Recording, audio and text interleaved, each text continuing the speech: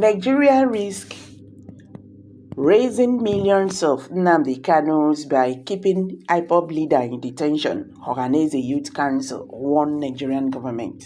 It's a pity that these people, up till now, they have not learned. Keeping NnamdiKaun in detention have not solved any problem. It has not solved the insecurity issue in Nigeria. It has not stopped the poverty. It has not stopped hunger and everything. They've forgotten that NnamdiKaun is also a victim of injustice as well. You know, when you do something, you see that what you are doing is not really giving you any good result. Why can't you just change another strategy and see if you can, improve on what you are doing? Since NnamdiKaun was adopted, has it changed any issue? No. Capital no. The issues in the southeast has escalated. The issue in Nigeria has escalated. That means NnamdiKaun is never the problem of Nigeria. That is why I said he is a victim of injustice. That is what he is fighting for. You get.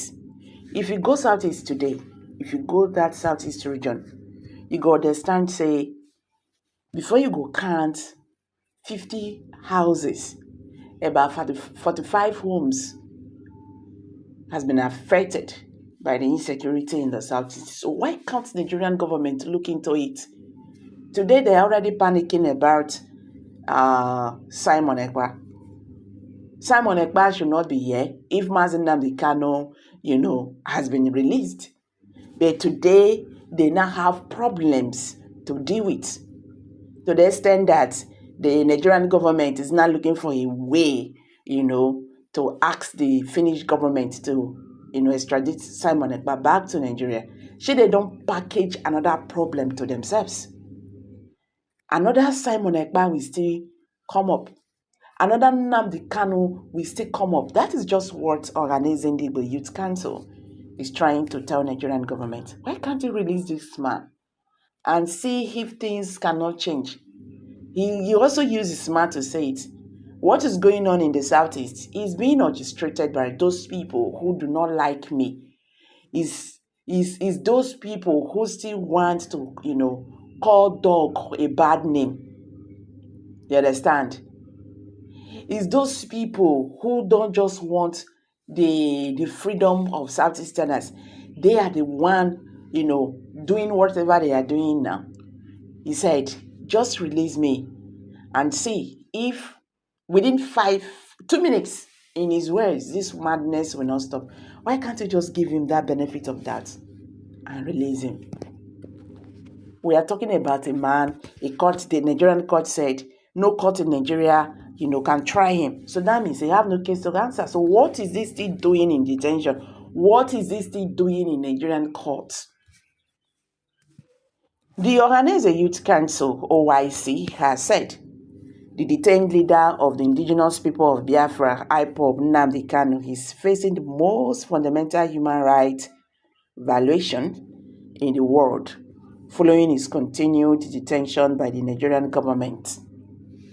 The OYC said this in a statement issued by its national president, General Comrade Igboyaka, who said the council had called on President Bola Tinubu's administration to withdraw the suit against NnamdiKaun and grant him unconditional release.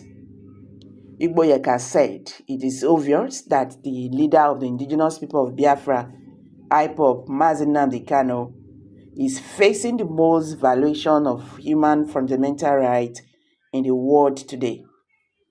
Following the illegal arrest of NnamdiKaun by the federal government of Nigeria and his incarceration in DSS custody, DSS dungeon, since 2021, there is no well-known human being on earth that his right has been deliberately violated more than NnamdiKaun.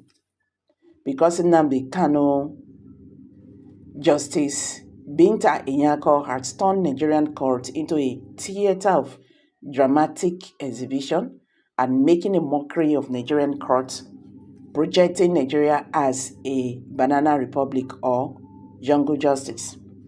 Ohanaeze Youth Council has watched with keen interest and followed the court proceedings of NnamdiKaun and arrived at the following observation: that NnamdiKaun legal arrest and contentions are detention from President Muhammadu Buhari, ruthless administration to President Bola Ahmed Tinubu, undemocratic impunity government is a conspiracy theory from the British government using her leaders, using her allies, the Fulani, Hausa, and the Yoruba, to subjugate the Igbo.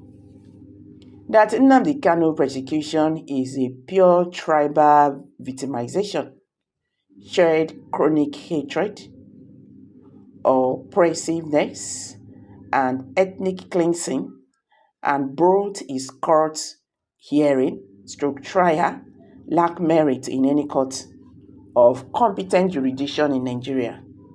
The DSS insisting that NnamdiKaun's legal team, led by lawyer Jimakor Esquire, must meet with him separately against the judiciary pronouncement.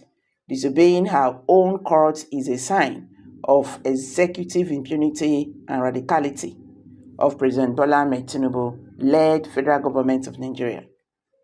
That the denial of DSX for Mazi NnamdiKaun to have a private time with his legal team on 14th June 2024 in their own attempt to hinder even the illegal trial, thereby preventing Kanu's legal team to prepare for hearings or trial commencement on 19th 20th June 2024. By so doing, DSS have cancelled the upcoming court case scheduled to hold on 19th and 20th June 2024. That Binta Nyako, reluctant to prosecute the director of DSS for contempt of court, has made herself a destroying tool of legal proceedings and exposing Nigeria as a threat to human fundamental rights in the world. That the leader of Igbo extraction, ranking from the highest political office of Nigeria from Southeast, the Deputy Speaker of House of Representatives, Honorable Benjamin Okeze Kalu, the leader of Igbo, under the aegis of Ohanaeze Igbo Worldwide Chief Engineer Emmanuel Iwenyango, Governor Hope Uzodinma, Governor Peter Mba, Governor Charles Soludo, Governor Alex Choma Oti, and Governor Francis Nwaifuru must now confront the federal government of Nigeria before June 19th or 20th of the said federal hearing to seal his release immediately. The group called on the Deputy Speaker of the House of Representatives, Honorable Benjamin Okeze Kalu, President General of Ohanaeze Igbo Worldwide, Chief Emmanuel Iwenyango, and all the Southeast governors to know that the way NnamdiKaun was adopted and smuggled to Nigeria, there is no window of any court in Nigeria to commence trial. For such trial by Justice Binta Nyako will lead to legal somersault of Nigeria to the diplomatic treaty they signed with Kenya. Igboyeka noted that within the framework of the law, the Nigerian government has only two options regarding Kanu's case, which was to either release him unconditionally or return him to Kenya and follow proper legal process to extradite to Nigeria if they insist on putting him to trial. He said that the continued incarceration of NnamdiKaun and influencing, interfering of its judgment by President Bola Ahmed Tinubu through the AGF is a direct provocation against the new generation of Igbo extraction who never saw the genocide against the Igbos in 1966 to 1970, and such tribal victimization against NnamdiKaun because he's an Igbo man is an empirical evidence to over 50 million new generation of Igbo extraction to keep insisting on the actualization state of Biafra.